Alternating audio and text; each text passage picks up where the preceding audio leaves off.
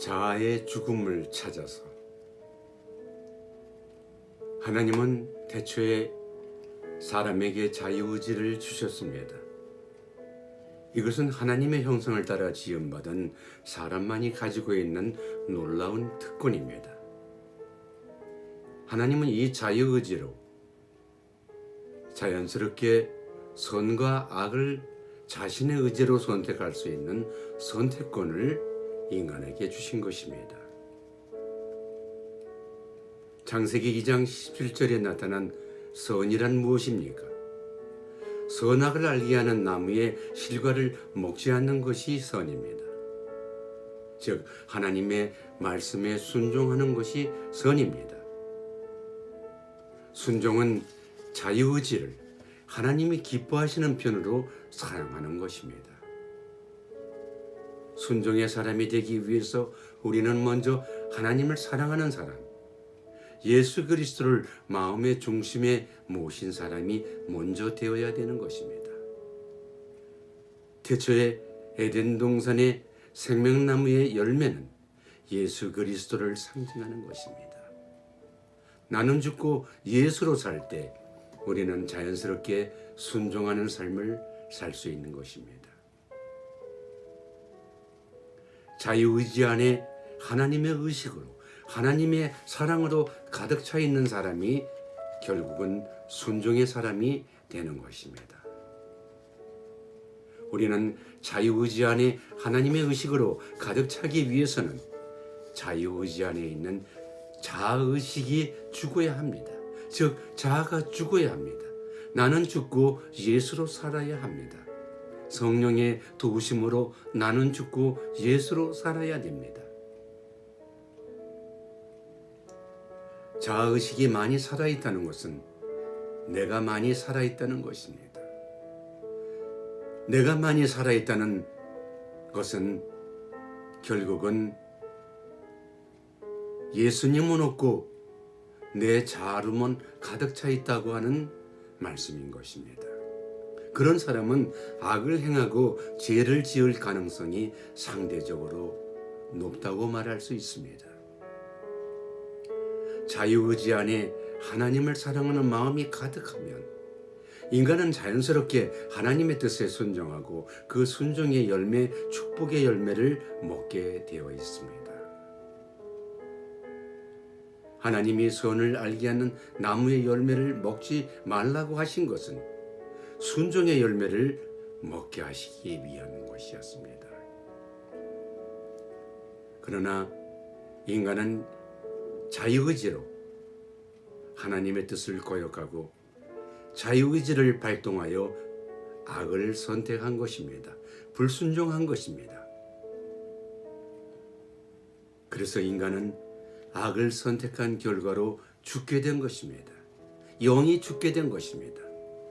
하나님은 이 영을 회복시키기 위해서 독생자 예수 그리스도를 보내주셔서 다시금 예수 중심, 나는 죽고 예수로 사는 사람을 만들기 위해서 예수님을 보내셨고 성령 안에서 다시 오셔서 우리를 돕고 계신 것입니다.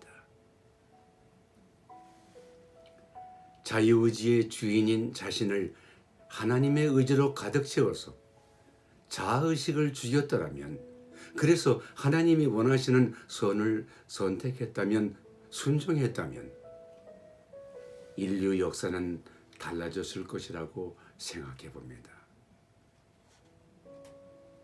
자아의 죽음은 지금 현대에만 중요한 것이 아니라 태초부터 중요했습니다.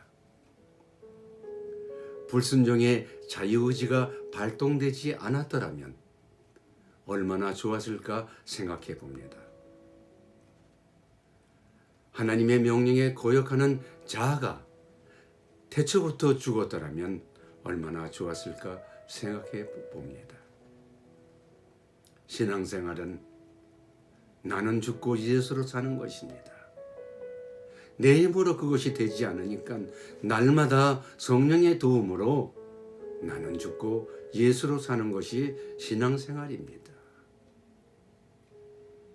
자아의 죽음은 선을 선택하게 되고 그 선은 순종의 열매를 먹게 하고 축복의 열매를 먹게 하는 것입니다. 순종의 결과는 축복과 평안 그리고 안식과 기쁨으로 우리에게 다가오게 됩니다. 순종의 열매로 하나님이 예비하신 곳이 에덴 동산이었습니다. 하나님은 그 에덴 동산을 다시 회복하기 위해서 예수님을 이 땅에 보내셨고, 예수로 말미암아 성령으로 말미암아 나는 죽고 예수로 살 때 우리는 에덴 동산의 축복을 맛보게 되는 것입니다.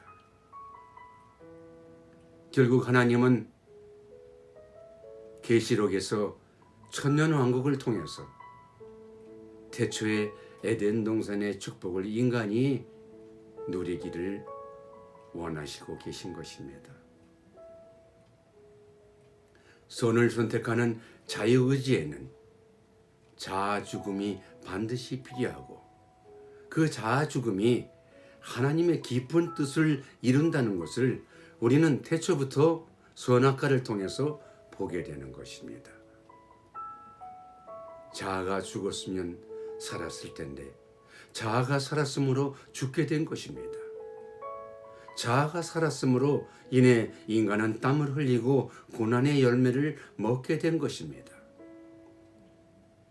주님이 말씀하신 대로 먹는 날에는 정령 죽으리라. 이것을 주님은 회복시키기 위해서 예수님이 오시고 성령 안에서 우리는 나는 죽고 예수로 사는, 날마다 나는 죽노라고 고백한 사도 바울의 고백처럼 나는 죽고 예수로 사는 저와 여러분이 되시기를 축복합니다. 이것이 참된 신앙의 길입니다.